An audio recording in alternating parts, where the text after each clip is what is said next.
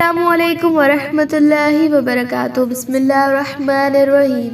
ए ईमान वारो, तव्हां ते बि इहे रोज़ा फ़र्ज़ कया विया आहिनि जीअं तव्हां खां अॻिन क़ौमुनि ते फ़र्ज़ कया विया हुआ, ऐं उहो उन लाइ आहे त जीअं तव्हां परहेज़गार थी वञो। उहे रोज़ा थोरा ऐं ॻड़ियल या मुक़रर ॾींहं आहिनि। पोइ जेको अव्हां मां बीमार हुजे या सफ़र में हुजे त ॿियनि ॾींहंनि में उहे टुटल या रहियल रोज़ा ॻणे पूरा करे रखे। ऐं जेके माण्हू रोज़े रखण जी ताक़त नथा रखनि, मसलन पीरसन मर्द या औरत, मरीज़, मुसाफ़िर, पेट वारी या खीर पीआरींदड़ औरत, त उन जे ज़िमे हिकु मिस्कीन जे खाधे जो फ़िदियो आहे। ऐं जेकॾहिं ख़ुशी सां वधीक भलाई करे त उहो उन लाइ बहितर आहे, पर यादि रखो त तव्हां लाइ रोज़ा रखण ई ज़्यादा बहितर आहिनि जेकॾहिं तव्हांखे सम्झ ऐं अकुल आहे। रमज़ान उहो महीनो आहे जंहिं में क़ुर नाज़िल कयो वियो, जेको इंसान लाइ सरासर हिदायत ऐं इंसानी रहनुमाई ऐं हक़ ऐं बातिल खे जुदा करण लाइ रोशन दलील आहिनि।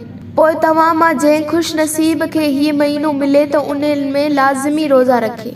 ऐं जेकॾहिं को मरीज़ आहे या सफ़र में आहे त उहो ॿियनि ॾींहंनि में रोज़नि जो तादाद पूरो करे।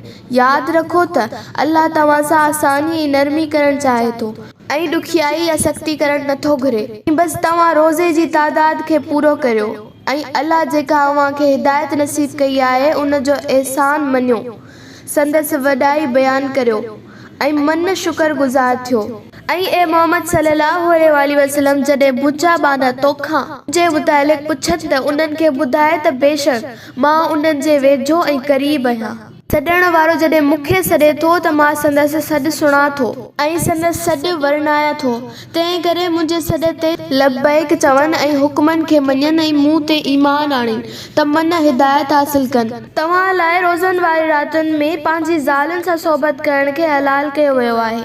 उहे तव्हांजो लिबास आहिनि ऐं तव्हां उन्हनि जो लिबास आहियो। ऐं अल्लाह खे उहा ॻाल्हि चङी तरह ख़बर आहे त तव्हां पंहिंजे पाण सां ख़यानत करे रहिया हुआ, पोइ तव्हांखे माफ़ कयाईं ऐं तव्हांजी ख़ताउनि खे दरगुज़र कयाईं। पोइ हाणे तव्हां हुननि पंहिंजी घर वारनि सां सोबत करियो ऐं जेके औलाद अल्लाह अव्हां लाइ लिखियो आहे उन जी तलब करियो ऐं खाओ पीओ एतिरे वक़्त ताईं जो तव्हांखे राति जी कारी धारी सुबुह जी सफ़ेद धारी खां नुमाया नज़र अचे।